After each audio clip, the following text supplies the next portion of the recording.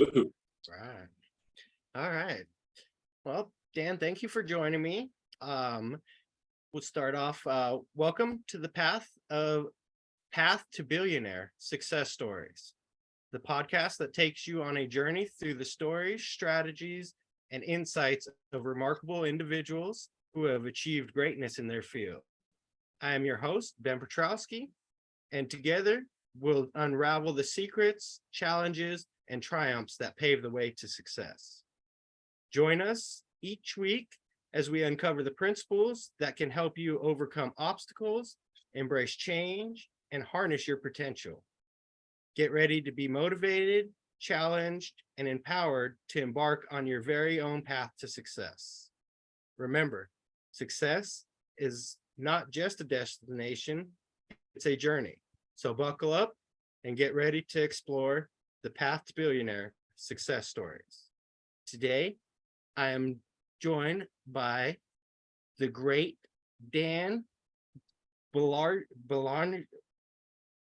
I just learned this. Baillargeon. Baillargeon. Close enough. Baillargeon. Baillargeon. Baillargeon. We'll get it. We'll get it. How are you doing today, Dan? I'm doing good. Thanks for having me on, Ben. Really appreciate it. Awesome. Thank you for taking the time to do this. We'll just jump right in. I have some questions here, and we'll just go from there and see how it rolls out. Sounds good. All right. How do you define success, and what does it mean to you personally? I guess success is going to be, for me, uh, being happy within your own skin.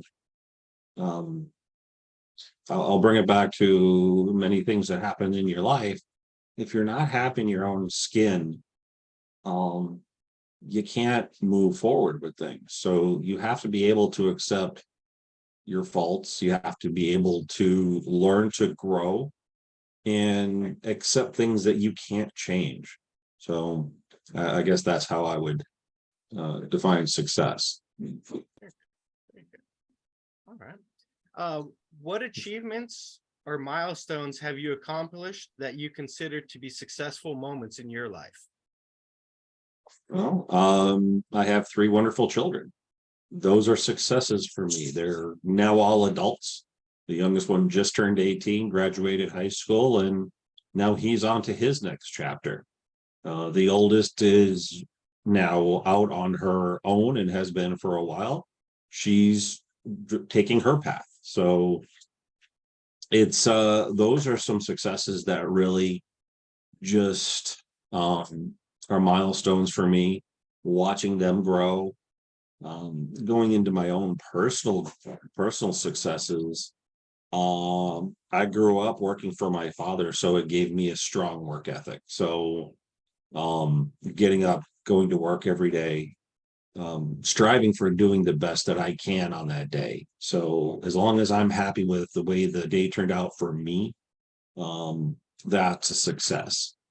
In my professional life, I've never really started at the top, uh, because I've learned that if you don't learn what's going on underneath you, you're gonna lose out. You're gonna be missing things, and I see that happen with people all the time, and people with even within my profession. So I worked myself up the corporate ladder to a senior estimator for a concrete and masonry company.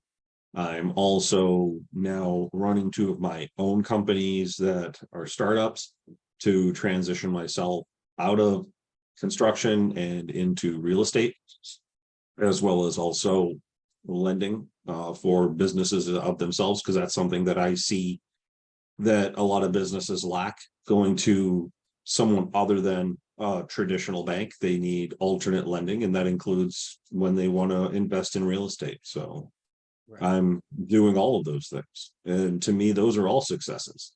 Very good. Yes. Yeah.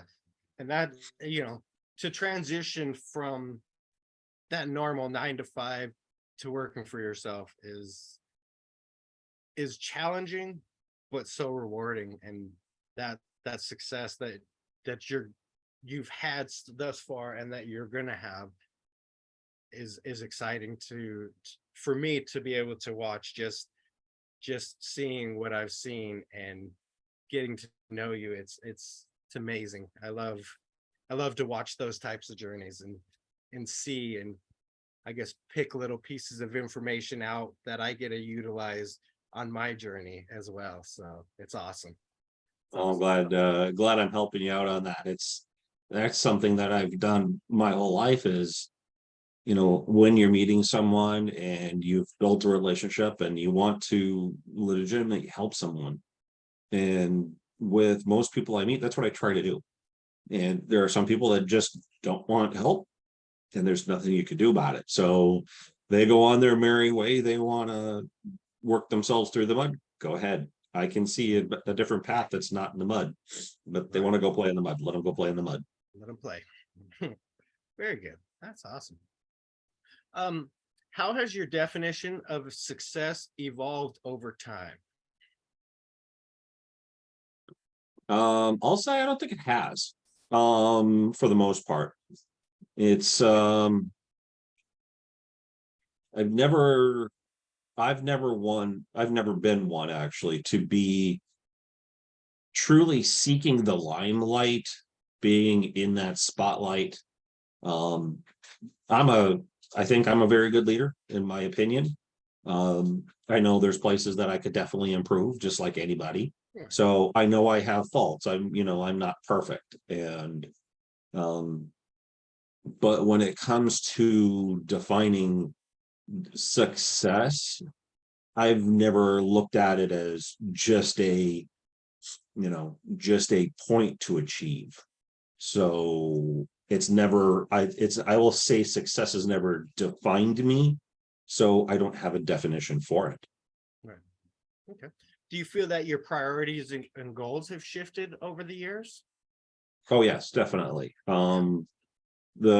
After graduating college, becoming a father, my goals definitely shifted because I had ideas of what I wanted as I was growing up, on what it was going to be like after I got married, and things were completely different after that. Through my first marriage, taught me a lot on where you can actually start to see where people are gonna hurt you. Watch for those red flags from people that are narcissistic, and they just don't help move you forward. Right. So that was a big growth for me. But I kind of forgot the question, but I'll kind of stop there and we'll just kind of move on. But Very good. Very good. What role do you believe luck or timing plays in achieving success? I don't believe luck comes into a lot of things. People appear lucky.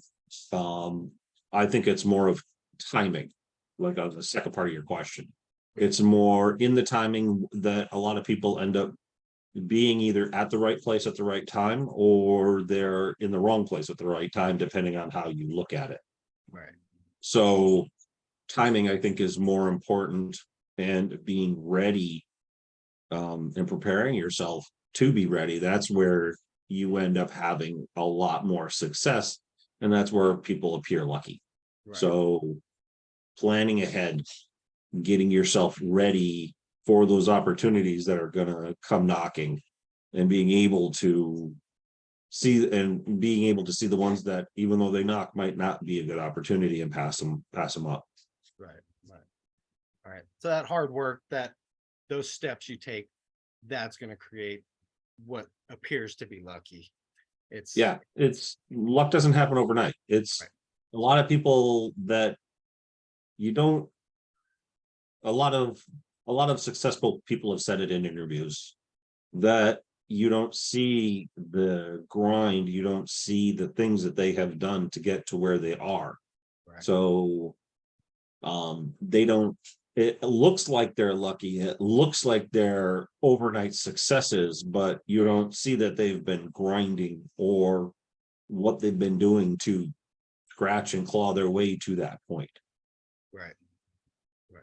Very true. Very true. It's a lot of things is people they don't look at the big picture. They just look at the result that somebody got and say, that's lucky, you must be nice, and don't realize how many times they went into it and failed and kept working and grinding to get to that next step and next failure and next one, and till you actually succeed afterwards. So Exactly. definitely. Exactly. Can you share a specific challenge or setback you faced on your journey to success? Yeah, my first marriage, it might be my first marriage was a great learning tool. Um, but it was a big setback for me as well. Um, I saw flags before I got married to the woman. Um, I should have I should have heeded the warnings in my gut, but it wouldn't have taught me the things I know today either. So if I take those lessons on the positive and take them not for the setbacks that they are, but the learning lessons, then I don't have to see them as setbacks. And did they slow down my process? Did they slow down my progression? Yes. But it's a mindset. So over the past few years, there's been a mindset shift that I've had to take so that I could get out of that and not look at it as a negative and actually turn it to where make it a positive learning experience, not a negative one. Right. Right. Well, that's huge growth to be able to look back now and say that it's part of that learning for you, and it taught you so many lessons that now you get to utilize for the good, that you get to have the better relationship, the better feelings for you. It's awesome. That's awesome. Yeah, thanks. What motivates you to keep striving for success even during challenging times? My wife now, my wife Tanya now, uh, my children, my family, and my friends do come and play a part of it, but it's really my family and wanting better for them and being able to leave them something where when they get to my age, they're not having to claw and not having to scrape and um, go through those trials, and truly trying to help them out so that they don't have to do that. Build that legacy for the family. That's awesome. Yeah. That's awesome. Do you think there's a connection between failure and success? Well, of course there is. Uh, if you don't have any failure, you can't learn. Right. So everybody that constantly has something just provided to them that they look successful and it's like, when somebody goes driving by, somebody goes speeding by in a fancy car on you in the highway, and it's a young kid, 16, 18 years old, that's driving the BMW M3 brand new. He didn't buy it himself. So what do you say? Oh, he's using daddy's money. Right. On that line, maybe that's right, maybe that's wrong, but that's the perception. So when you have that scenario, people that have that instant success and there's no failure, there's no trial to how they got there, there's no learning, there's no growth, they don't know what to do when it comes down to a problem. So they're not going to know how to navigate through it. There's just no learning from them, because for them, they have to learn from go. So when they do fail, and eventually they will, I don't wish it upon them. I don't wish it upon anybody, but when it happens, eventually you're going to fail along the way. And if you haven't learned how to navigate that early and be able to persevere, a lot of people won't get back up. that's where a lot of people lose faith in themselves. But if you don't quit, you're gonna succeed. It's always a success in the end, because Yes. failure is failure. We're no longer a society that knows how to deal with failure. When I was growing up, you either won or lost. So when you learn to lose and learn to do it graciously, and then you go on, learn from it, improve, so the next time you don't have the same mistakes. Those are the things that will gain you the success and keep you moving forward in the future, and continue to learn and have those additional successes, being able to teach people that come after you and help them when they come after you. Right. Definitely. Obviously we don't wish failure on anybody, but that is part of that learning process that you have to go through it. Makes you stronger, makes you more resilient, so that you do get back up and continue to push forward. Definitely. All right. This one is a tricky one for a lot of people, but how do you maintain a work-life balance while pursuing success in your career or personal endeavors? There isn't one. Someone that says there's work-life balance, that means they're working for themselves, setting their own hours. But when you're at work, you're at work. When you're at home, you're at home. Well, that's your work-life balance. Yeah. You know, I work practically 12-hour days at this point, because of the travel time on top of me working an 8+ hour day. So work-life balance, I've taken that out of my vocabulary. It's like, because I don't see how that's relevant to people anymore. Our society looks at, all they want is instant gratification these days. So they just want all the good, but they don't, a lot of people, the way it's portrayed, at least in the media, people don't want to work for it, right or wrong. If that's a right or wrong statement, people are going to have their own personal feelings for it, but you got to be able to go, and when you're at work, get your job done, do it well, and then move on. Day's over, let the garbage go. Anything that happened at work, you want to go bitch about it, go bitch about it. Find somebody to bitch about it, and then just drop it. Yeah. And if it's that bad, well, maybe it's time to make a change. Yeah. And maybe that change is to strike out on your own. So Right. That's different for everyone. Yes, definitely. All right. Have there been moments when you felt successful but weren't recognized for it? Yeah. Oh yeah. There's, and I'm sure everybody does throughout their careers. Even I was talking to my son, where he's successful, but he, to a degree with what he's doing, he's working basically at a chain restaurant, and there's no real recognition in a place like that. Right. As a young guy in my career as a site super, as a combination site super and project manager, I wasn't recognized for a while. It took one specific project where that the owners of the company I was working for to realize that I'll say they had somebody special working for them, and that person was me, because the project manager they brought in for a sensitive project would come into the work site in his loafers, bring in a cup of coffee in a live data center environment, and sit down and throw his feet up in the air. Wasn't talking to any of the trades, wasn't doing nothing. And at the end, the project was 6 months. He was gone after 6 months. They brought him in, and he was gone for one project. And after that, I got a promotion. So I was finally, I thought I was going to be promoted prior to the project, and it took them the project to see that they really did need me for those other details. Right. Right.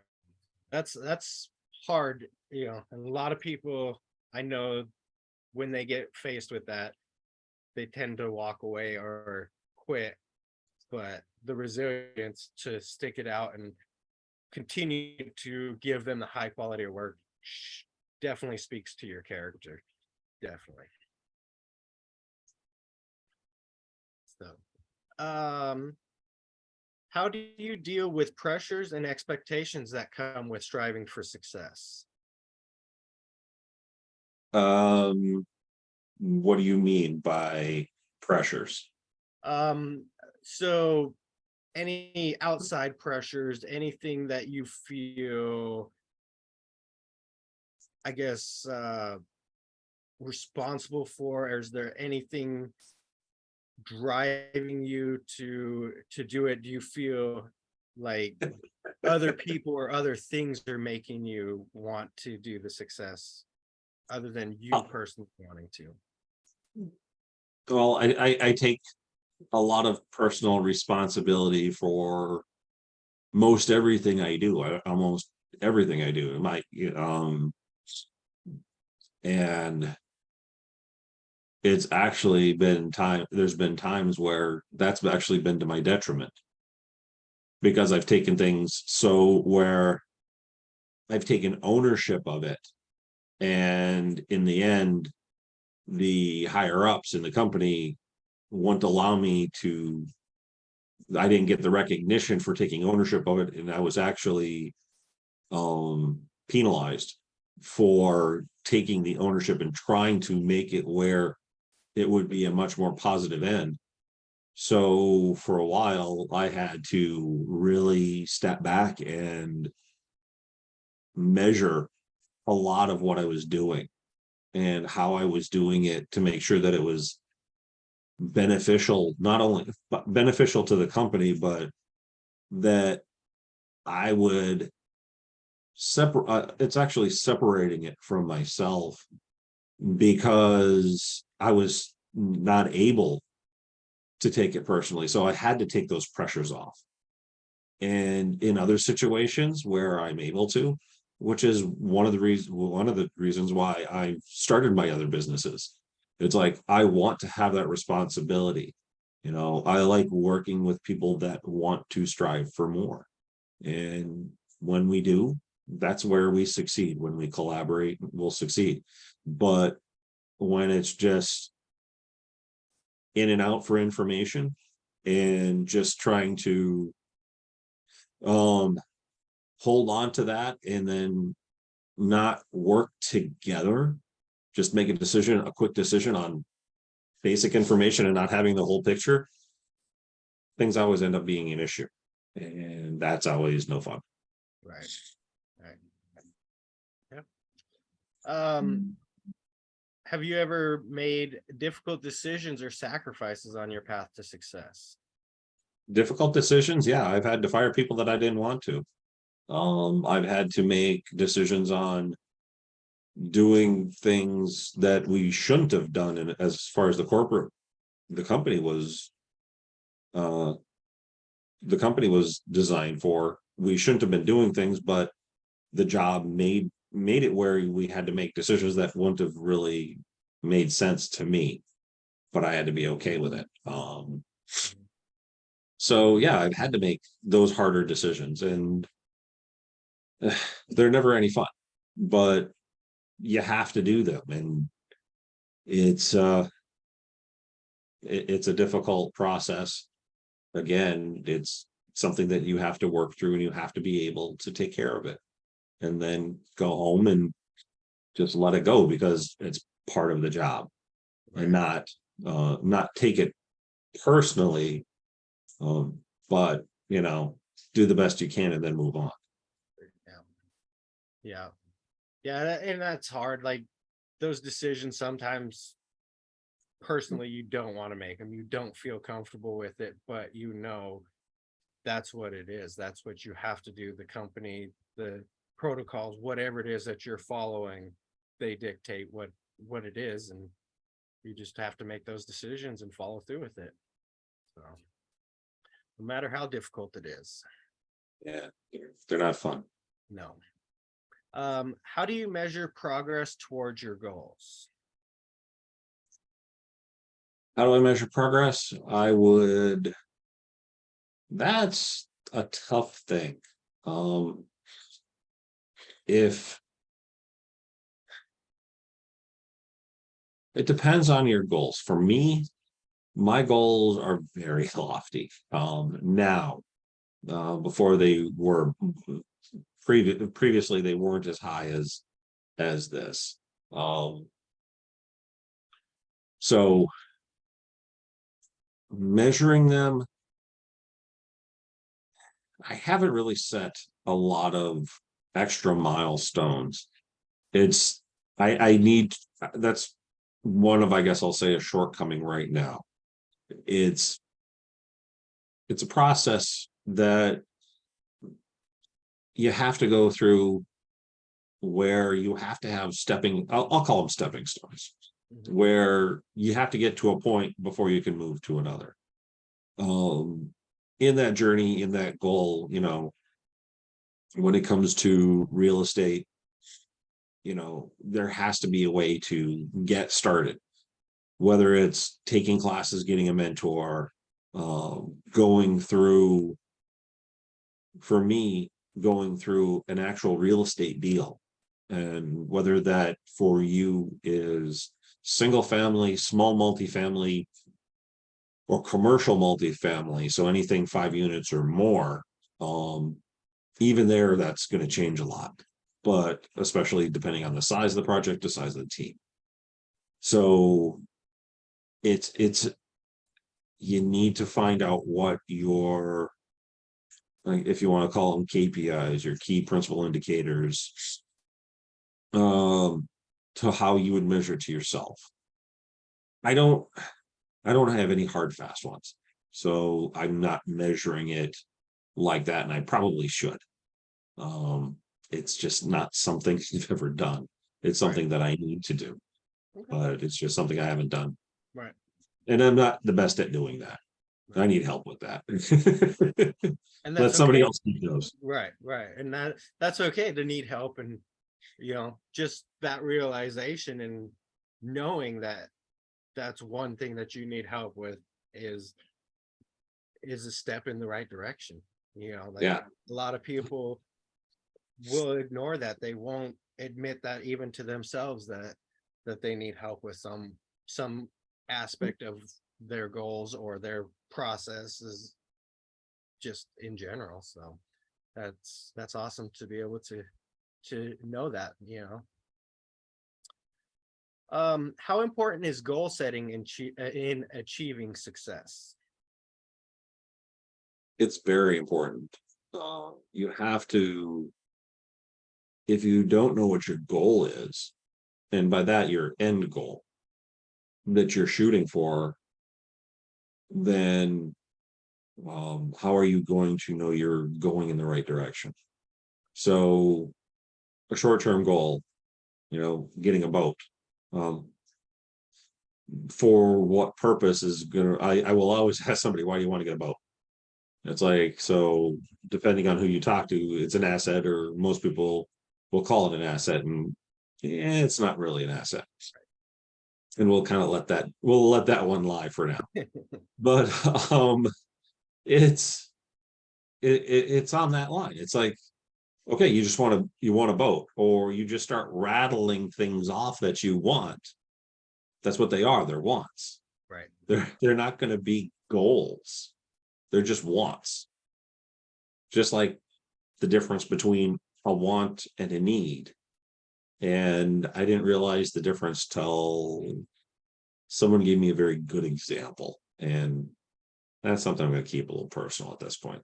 But it's, the realization to it was profound, because a want is a want, and you will not need it to survive. A boat is not something you need to survive unless you're in a flood. Right. Then sure, you need something floating, or something hard and dry to be above the water line. Right. But if you're living somewhere where it's a desert, don't think you need a boat. Right. But food, water, those are needs. So it's kind of an extreme, Yeah. but kind of proves my point, what a want versus a need. I need, right. And that's That's what a where lot of people when don't when you want to go for a goal, you have to learn to separate the true wants from what you need to get to that goal. Yeah. So it's looking forward, looking and planning it out. You can't, you have to plan it out. And most people need to really search out help, and they don't get it. And they don't actually search out help. They just think they can do it on their own, and they're wrong. Right. So Very that's cool. why I have mentors that I follow, I watch. I don't necessarily talk to them on a daily basis or a weekly basis, because they're mentors. That's what your coach is for. So, and I have a coach that I reach out to now and again, and they're helpful. Yep. Yeah. Yeah. It's, even though you don't talk to your mentors, you can pick up a book from somebody that is super successful, read it, and that they become your mentor because you're able to gain that information and have access to it at all times. And that is something that a lot of people don't consider. They think a mentor has to be somebody you're talking to or you're in contact regularly, and that's just not the case. A mentor can be just an author that you pick up a book and they open your mind. Yeah. Or if you play sports, how many, maybe you look at it more as if you're playing sports, the guys that are top of the field, whether it's basketball or football or soccer or whichever sport it's in, maybe you might call them an idol, but maybe idol's the wrong term. An idol is more for a fan, where if you're a ball player, that's your role model, that's your mentor, because you want to strive to be like them. So when you're doing something in business, it doesn't matter what business that is, you're going to find somebody that does it, that's doing it better than you. Yep. Follow them and learn from them, learn what mistakes they made so you don't have to. Right. What paths did they take that just didn't work? And they're, if they have a book, there's books out there that James Maxwell, Napoleon Hill, those are just a couple. There's, Rod Cleve, Grant Cardone, Jake and Gino, when it comes to, Michael Blanc or any of those that have gone through it. But are they, they've definitely gone through it. They've definitely made strides. They're not going to fit for everybody. So right, it all depends on who you want to follow, who matches the best for you. It's like not everybody's going to match 100%. Yep. I doubt anybody will match 100% ever. It'll be 98, 97% that you match, because there's always something that you'll see that you don't quite agree with that other person. That's fine. Right. That's okay. There's nothing wrong with that at all. No. Yeah, there's nothing wrong with that. It doesn't mean that you can't still learn from them just because that one thing that you don't agree with, they Yep. have good information. So awesome. Have you ever faced any moments of self-doubt or imposter syndrome on your journey to success? That's a loaded question, because if anybody ever says, no, I've never had any self-doubts, bullshit, Yep. liar. Everybody's got self-doubts. I've had them. Yeah, still have them. After 50 years. Yeah, turning 50 in a couple of weeks. But having self-doubt, that happens, sometimes more than I'd like, but you get through it. You go find what you don't know. Especially, that's why you find the questions. You know, if you don't know something and you're doubting yourself, have somebody look at it. I did that with a purchase that I did recently. You know, I was going through it and I was not 100% on what I wanted to do. And I threw it by someone, ended up being my father for it. And he looked at it and we rolled it around, talked through it, and how I was doing it was the best way to do it. So it worked out. It was a good deal. So Very good. it's how you do it. You got to find somebody to always talk it through, you know, especially if you're doubting something, because then you'll either find that it's not a good way to do it and find a better way. Right. Very good. That's awesome. It's a good way to look at it. You know, is everybody has self-doubt no matter what. Just find somebody that you can talk through, and either you're right or you're wrong, and you can move forward from there. So, But you have to be able to admit you're wrong. right. A lot of people can't do that. Yeah. A lot of people can't admit they're wrong on something, and they'll never apologize. They'll do it the way the other person says, but they'll never apologize for it. It's like, come on, Right. we're all adults here. This isn't grade school. Yeah. You We're not know, you can perfect. admitting you're wrong doesn't diminish you. No. Actually, and a lot of people in our society think that it does. Yeah. It's like, oh, you admitted you're wrong. Oh, you're weak. No, I'm stronger than you because I can admit when I'm wrong. Right. I don't have to play games anymore and say, oh no, it wasn't my fault because of X, Y, and Z, when even though it was your fault. Yeah. You know, you don't have to pass the buck and play games. Yep. I don't What's like good playing games. about that is you open up to be able to learn even more when you can admit that you were wrong. You know, you open yourself up to gain even more knowledge from that. So, Yeah, exactly. Because it's the way to grow. How else are you going to grow if you just put up roadblocks all the time? You're not learning. nope, not at all. Nope, that's no way to be. Nope. So, what advice would you give somebody who is just starting their journey towards success? Ask questions. Find people and ask questions. Well, get the list down. Learn, you know, I've said it. It was said to me first. And I've said it to my kids when they got uppity. I've said it to junior people in companies that I worked for. And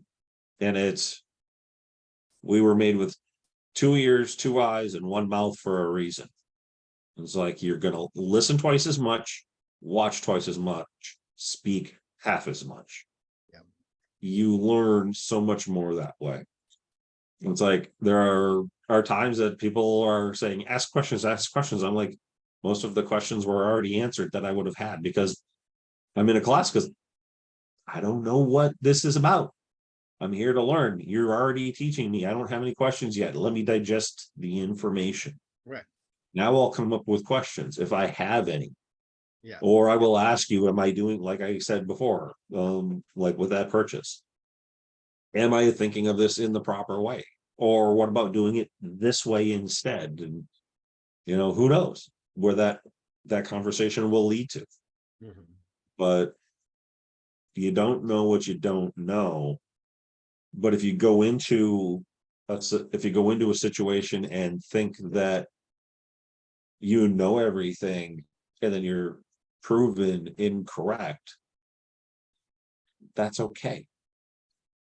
Learn from it. Don't be obstinate. Right. There's no reason to dig your heels into the situation and then just sit there with a pouting face and go Hmm. because you thought you were right, but you're wrong. Yeah. Again, there's nothing wrong with that. There's nothing wrong with it.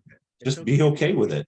Right. You know, if you can't be okay with it, then you need to go to a different class to figure out how to be okay with it.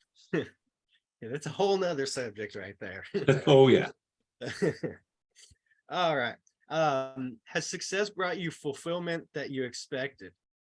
No, No. no, it hasn't. Okay. And by if you mean success as in where I'm at currently in my current position with my current occupation. No, it hasn't. It really hasn't. Because I'm meeting my potential and I want to surpass it. Okay. So when I'm wanting to move to bigger and better things.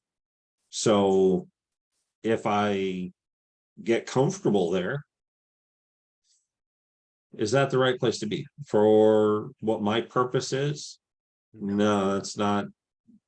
If I get comfortable doing that, I'm gonna just start doing circles, and then the circles are just gonna turn into a drain. And I don't want to do that. No. So it hasn't, my success has been great. I've pushed and worked for everything I have in the company I'm working for to get to this point. And I can't say I've done it alone. I haven't. I have a good employer too, but there are things there that if it was my company, I would be doing differently, Right. but it's their company, not mine. So I will follow what they want to do. I will give input when asked. I will make observations to them and let them handle it. That's what their business is for. I'm there to help it succeed. I'm not there to run it Right. because it's not mine. Right. So, and that's why I have to do what I'm doing. Very good. That's powerful. To know you could do more, that you would change things, but because it's somebody else's company, you're still giving it your all. You're still giving them the quality of work that you would feel comfortable with doing on your own. That speaks to your character. That's huge. That's great. Yeah, no, that's what I'm there for. I'm there to help them succeed. That's what my purpose is. Right. It's like I'm here to help people succeed with their businesses. That's why I want to do that with real estate. I want people to have success in their life. I want people to learn to have passive income so that they can go do the things they want. Because real estate's is probably the best way to have sustained growth, sustained passive income on that level for an investment purpose. There are other things out there that, yeah, you can make a ton of money in the stock market, but it doesn't mean that, it's going to be successful, because Bitcoin, for example, was at, what was it, $60,000 a share? And now it's barely at 30. And earlier this year it was at 18 or 12. So, or any stocks like that, the stock market has bounced so much, unless you're day trading, in my opinion, unless you're day trading, you're not gonna make money. Right. There are ways to do it, but you got to pay somebody to do it then. Yeah. Well, you're using your own money. What's less risk and still has a great return? Real estate. Yeah. Real estate has over its lifetime outperformed the stock market if you go per annum. It's like it just has. Mm-hmm. The stock market just shows faster returns. Faster doesn't always mean better. Right. Yeah, you have your ups and downs with faster. There's way more risk, way more uncertainty with it. So that's, Yeah. And it works for some people. That's fine. They can do that. I'm not going to tell them they're wrong, because they're not. That's how they want to do it. That's how they want to invest. That's fine. For me, it's real estate. Yep. I agree with that. I feel like if I have that tangible item that I can touch and go see, whether it's here or not, like I can actually jump on a plane and go to a property and be like, okay, this is what I own. All right. I feel comfortable with this. So. Right. Exactly. It's like, in with the stock market, oh, I got a piece of paper. Yeah. And, not that I would ever want it to happen again, but what happened in the Great Depression? All of that paper went worthless. Yep. Worthless. All of it. Garbage. Might as well use it you can go use the paper still, but it's still not worth, it's worth more for one purpose than trying to buy something. Yep. So it, but no matter what, I'll still own that real estate. I'll still be able to go to that piece of real estate. I'll be able to go look at it. It'll be taken care of. Yep. Very true. Very true. All right. Final question here. How do you celebrate success? Do you have any rituals, practices to acknowledge or appreciate your achievement? Yeah, definitely have to definitely have to celebrate the successes. Um, just closed on a real estate deal and 120 unit syndicated deal. Class, it's a 506C classification for just for clarity. So if anybody doesn't know what that is when it comes to real estate investing, you can see my phone number, give me a call, we can have a conversation. But that property is an amazing asset. It's Class A, was built 2009. So that's a celebration that is going to happen. Don't know exactly what yet, but our team is definitely going to have a celebration for it. So, but that as soon as we get everything all squared away on our end, where all the transitions have happened from the old owners to us, so we'll have that. But yeah, no, the successes have to be celebrated. For me, I've started a weight loss journey. I plan on having successes through that. If I'll be probably getting more tattoos for those successes. I haven't exactly put them on paper what they're going to be yet for that, but it could be going out to dinner for the success. That's fine. For weight loss, that's kind of counterintuitive to do that, but she could still do it. I'm not, probably won't. I know with my wife's successes that now I gotta figure out how to, she's looking at a big tattoo and I'm gonna be like, oh boy, that's gonna be fun. That's gonna be I can't wait. I honestly can't wait for her to get it. I really can't. So Tanya's gonna have a great piece to put on.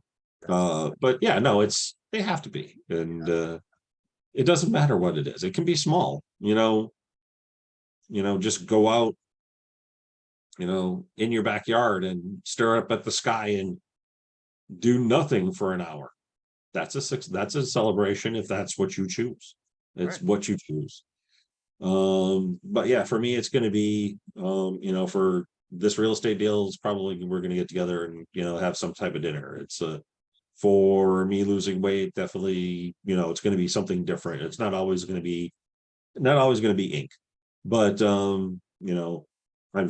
I've taken myself back into gear on it. So haven't lost as much as I wanted at this point, but it's time to really kick that back in. I've lost a bunch, about 10 pounds, but it's time to get much more done. So I have a target date next year, April. So we're looking at about 6 months, and the the goal is huge. So I really need to get moving. Okay. That's awesome. That's those rewards will definitely help with the onward journey, because it's going through it myself, just seeing the day-to-day grind that you go through, trying and working towards a goal. You have to stop and recognize yourself for those wins and stuff that you're going through. And I definitely am. I'm very proud of you with the real estate deal. That is huge success. That is awesome. And I look forward to picking your brain on the deal and how it all worked out and things like that in the near future. And just Yeah, no, that's going to be a good conversation. Yes. Because there was a lot of ups and downs with it. There's a lot of things I've already learned from it. Can't wait where you and I are going to be doing the business on that end, similar to this. So it'll be a good thing. It will be We'll a great get something done. We'll find one and Yes. it in the books. Yes, I look forward to it. I definitely look forward to it, Dan. Me too. Do you have anything else you'd like to talk about, or Well, not, I guess not really. It wasn't, you know? honestly, this is the first podcast I've been on, so I wasn't sure what to expect. So we really didn't prep for it. So, um, but it's, everybody's going to have their own path Right. on what they're going to do, what they're going to think is success.